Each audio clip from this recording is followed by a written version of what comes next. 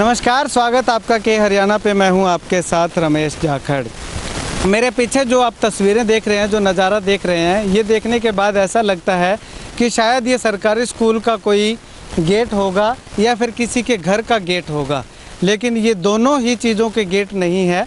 ये गेट है गदली जाटान गांव की गौशाला का। गौशाला का आज तक आपने इस तरह से सौंदर्यकरण शायद ही कहीं पे देखा होगा। गेट के अंदर ले जाने से पहले मैं आपको गेट के बाहर की कुछ तस्वीरें दिखाना चाहूँगा। गेट के अगर बात करूँ तो लेफ़्ट हैंड साइड में आप देख सकते हैं, यहाँ पे ये अभी अंडर कंस्ट्रक्शन है। अभी यहाँ पे पार्क लगाया जाना है। पौधे जो है वो लगा दिए गए हैं, फलदार और फूलदार पौधे जो है वो यहाँ पे लगा दिए गए हैं और बैठने के लिए अंदर यहाँ पे एक चेयर भी लगाई गई है।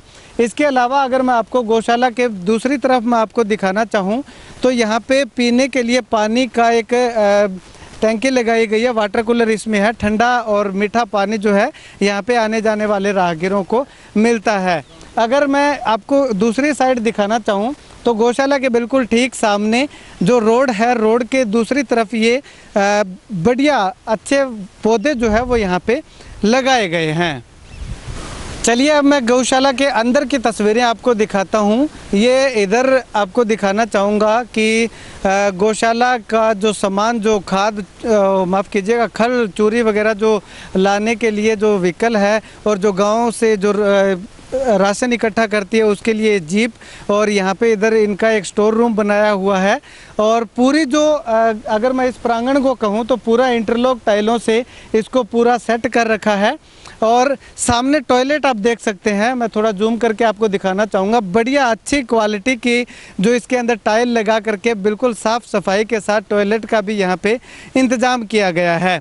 अब अगर मैं आपको दूसरी तरफ इस साइड दिखाना चाहूँ तो वो पेड़ पौधों की भी अच्छी खासी भरमार गौशाला के अंदर हमें देखने को मिल रही है। और सामने जो वो शेड लगाया हुआ है, वो शेड जो है पशुओं के लिए गर्मी और सर्दी दोनों में काम करता है, क्योंकि अगर सर्दी होती है तो इसको ऊपर से ढक दिया जाता है जिससे कि पशुओं को ठंड ना लगे, और गर्मी में अंदर पंखे लगाए हुए हैं जिससे कि पशुओं को गर्मी ना लगे। चलिए अब गौशाला में किस तरह से गौओं को रखा जाता है, कितने जो उसके पार्टीशन बनाए गए हैं, गौशाला के प्रधान क्या कुछ कहते हैं, गाँव के लोग क्या कुछ कहते हैं, वो तमाम बातें भी जानेंगे। बने रहिएगा लगातार के हरियाणा के साथ। ये जो पार्टीशन बनाया गया है एक हिस्सा है, ये दुधारू गायों को यहाँ पे रखा जाता है।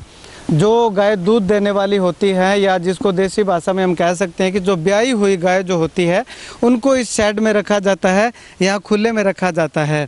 यहाँ पे सभी गायें जो है वो दूध देने वाली दुधारू गायें हैं और उनके छोटे बच्चे भी यहीं पे रखे जाते हैं। गर्मियों की बात करें तो गर्मियों में आप देख सकते हैं कि शेड बनाया गया है और शेड में 3 पंखे लगाए गए हैं। तीनों पंखों के नीचे गोवंश जो है वो आराम से यहाँ पे रहता है। चलिए गौशाला के प्रधान हमारे साथ मौजूद हैं। सर अगर बात करें तो आपके गौशाला में कितने पशु हैं? अभी मौके के 250 पशु है जी हमारी गौशाला के अंदर, और बाकी आप बाहर से तो आपने देख लिया। और अंदर हमारा एडजस्टमेंट और भी बहुत बढ़िया है। अलग अलग पोर्शन में हम ज़्यादा से ज़्यादा एक बाड़े के अंदर 20 गायों को रखते हैं ताकि देख रेख उसकी अच्छी तरीके से हो जाए। और बिल्कुल आपके सामने ही होंगी, अब देखते हैं आप भाई, आप देखेंगे पता लग जाएगा कैसी सेवा है, कैसी इनकी देखभाल है। तो आप अंदर जाके आपको दिखाते हैं अलग अलग पोर्शन के अंदर। गौशाला के अंदर हम जहाँ पे भी गए, जिस भी भाग में गए, वहाँ पे हमें ये लोहे की ग्रिल और उसके साथ ये जो पिलर निकाले हुए हैं, इन पिलरों पे और दीवारों पे रंग रोगन बहुत अच्छे तरीके से किया हुआ मिला है। देख सकते हैं कितने अच्छे तरीके से, सुंदर तरीके से जो है वो गौओं को रखने के लिए यहाँ पे अलग अलग पार्टीशन बनाए गए हैं। अगर मैं बात करूँ तो पूरी गौशाला का जो आंगन है वो इंटरलॉक टाइलों से पक्का किया गया है। और पशुओं को चारा डालने की जगह भी आप देख सकते हैं कितनी साफ़ सुथरी है। और सफाई की व्यवस्था अगर कहूँ तो बहुत अच्छे तरीके से यहाँ पे सफाई की व्यवस्था जो है वो कर रखी है। जिस भी इलाके में आप देखोगे, जिस भी जगह पे आपकी नज़र जाएगी, उस जगह पे आपको साफ़ सफाई दिखेगी और जो ये लोहे की ग्रिलें लगाई हुई मिलेंगी। और इसके साथ साथ अगर बात करूं तो रंग रोगन किया हुआ मिलेगा। चलिए प्रधान जी हमारे साथ लगातार मौजूद हैं। प्रधान जी अगर ये सामने जो दिखाई दे रही है इसकी बात करें तो यहाँ पे कौन से पशु रखे जा रहे हैं? यहाँ पे छोटे पशु है जी, 1 साल से लेके 1.5-2 साल तक के जो बच्चियाँ हैं ना, उनको अलग पोर्शन में रखा जाता है। और अपने ये साथ वाला जो पोर्शन है, इसके अंदर 2 से 4 साल की बच्चियां हैं जो आगे की नई होने के काबिल है, जवान बच्चियां हैं जो उस बाड़े के अंदर अभी चर के खड़ी है, आगे, हाँ आगे खड़ी है। अच्छा। तो उनको रखा जाता है। और उधर वो पोर्शन है वो जो अपनी दुधारू गायें हैं उनके लिए है। और इधर ये 3 पोर्शन और है, इसके अंदर कैटेगरी वाइज है। जिस प्रकार छोटे बच्चे हो गए वो अलग हैं, बड़े सांड हैं वो अलग है, और जो नकारा गायें हैं वो अलग की गई है। और सारा पोर्शन एकदम बिल्कुल हमारे 250 गायों के अंदर हमने पोर्शन बना रखे हैं 10। अच्छा। तो उसके अंदर 15-15, 20-20 गायें या बच्चियां हम अलग रखते हैं। और आने वाले दिनों में बस हमारी एक स्कीम है, नस्ल पे सुधार दे रखा है हमने, जो नस्ल सुधार करेंगे ताकि दूसरे गांव के लोग भी देखें।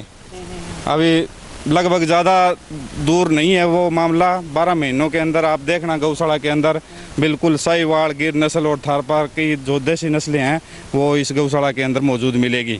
इस अब अगर बात करें तो यहाँ जो खर्चा जो होता है, क्योंकि यहाँ पे गौओं को संभालने के लिए कुछ लोग भी रखे गए होंगे काम पे, तो उनका खर्चा है या गौओं का जो खर्चा है, ये खर्चा कहाँ से चलता है? ये खर्चा गाँव से चलता है जी।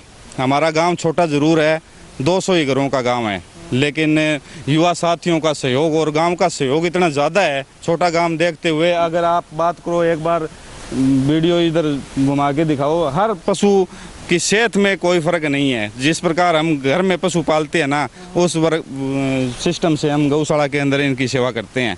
तो गौशाला की इनकम के लिए क्या आपने कोई यहाँ पे दवाई बनाने के लिए वैद्य वगैरह, क्योंकि लगभग गौशाला में ऐसा सिस्टम होता है, तो दवाई वाला अभी तक नहीं किया है। अभी तो हम कृषि सिस्टम पे चल रहे हैं। पीछे हमने जो खाद होती है नहीं गायों की, उसको बढ़िया तरीके से तैयार करके हम किसानों को देते हैं, तो उससे भी इनकम आती है। डीकम्पोजर से हम खाद को तैयार कर देते हैं, उस वजह से हम गौशाला को इनकम हो जाती है, 2 पैसे फालतू बढ़ जाते हैं। पीछे 40 ट्रालियों की खाद, 40 ट्राली खाद तैयार की थी, उनका लगभग 90,000 रुपये में हमने सेल की ज़मींदारों को।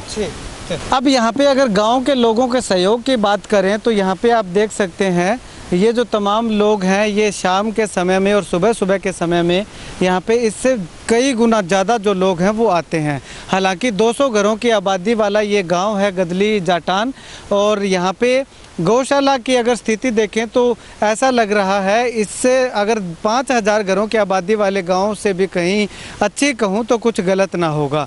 ये गौ भक्त हैं, युवा साथी हैं। युवा जो हैं वो ज़्यादातर यहाँ पे सुबह के समय में और शाम के समय में गौ सेवा करने के लिए आते हैं। और यहाँ पे अगर गौशाला की ज़मीन की बात करूँ तो केवल मात्र 5 एकड़ ज़मीन जो है वो गौशाला के पास है, जिससे कि गौशाला इतनी सुंदर तरीके से और सुव्यवस्थित तरीके से चलाई जा रही है। चलिए कुछ युवा साथी मेरे साथ मौजूद हैं, इनसे बातचीत करते हैं कि गौ सेवा के प्रति उनका कितना लगाव है, क्या कुछ कहना चाहते हैं। क्या नाम है भाई साहब? जसवीर जी, आपका कैसा रुझान? जी मैं भी बिल्कुल, मेरा जितना भी टाइम मिलता है मैं यहाँ सेवा करने के लिए हर टाइम 24 घंटे कोशिश करता हूँ भी, जितनी मेरे से हो सके बन सके उतनी ज़्यादा मैं सेवा कर सकूँ।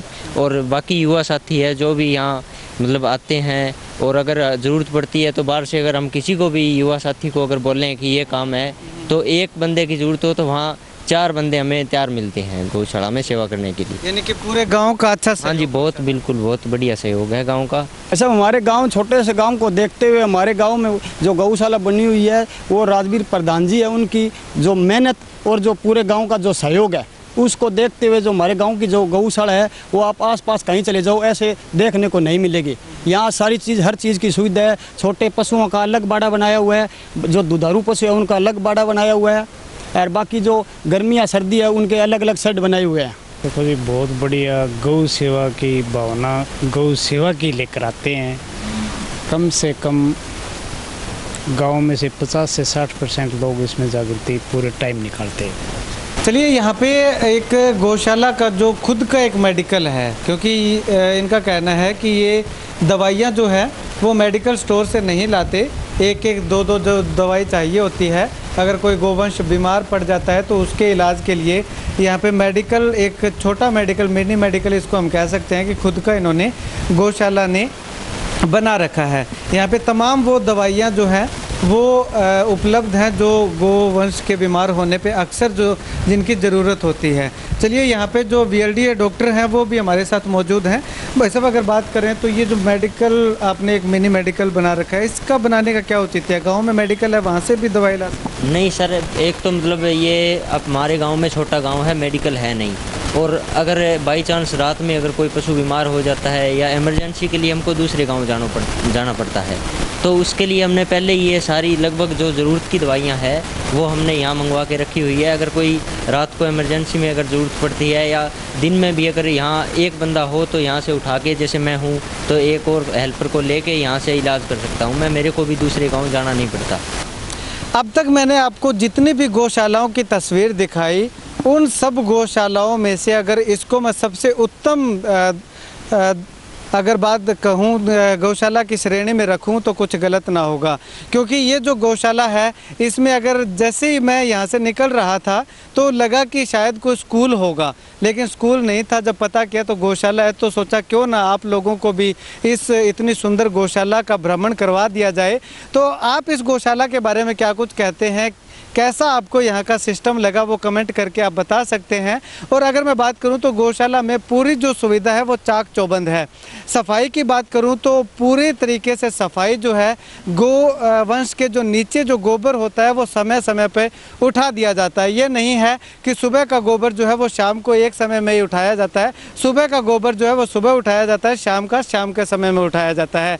यही कारण है कि गौशाला का प्रांगण जो है वो साफ़ सुथरा और रंग रोगन किया हुआ हमें दिखाई दिया है। शुरुआत में जब एंट्री करते हैं तो एंट्री करते ही गौशाला का मनमोहक दृश्य देख करके हर कोई हैरान हो जाता है। 200 घरों की आबादी वाले इस गांव के गौशाला के अंदर लगभग युवा और महिलाएं जो है वो सुबह और शाम के समय में यहाँ पे गौ सेवा के प्रति समर्पित अपनी सेवा भावना लेकर के आते हैं और गौ सेवा करके जाते हैं। तो ऐसे में तमाम उन गांव के लोगों से भी अपील करूंगा जिन गांव के अंदर गौशालाएं बनी हुई हैं, वो भी अपना पूरे दिन में से 24 घंटे में से अगर एक आध घंटा वो गौ सेवा के लिए निकाल सकते हैं तो वो अवश्य निकालें। इससे उनका भी बेनिफिट होगा और गोवंश को भी हम दर दर भटकते हुए नहीं देख सकेंगे। कैमरा सहयोगी सुनील के साथ रमेश जाखड़ के हरियाणा।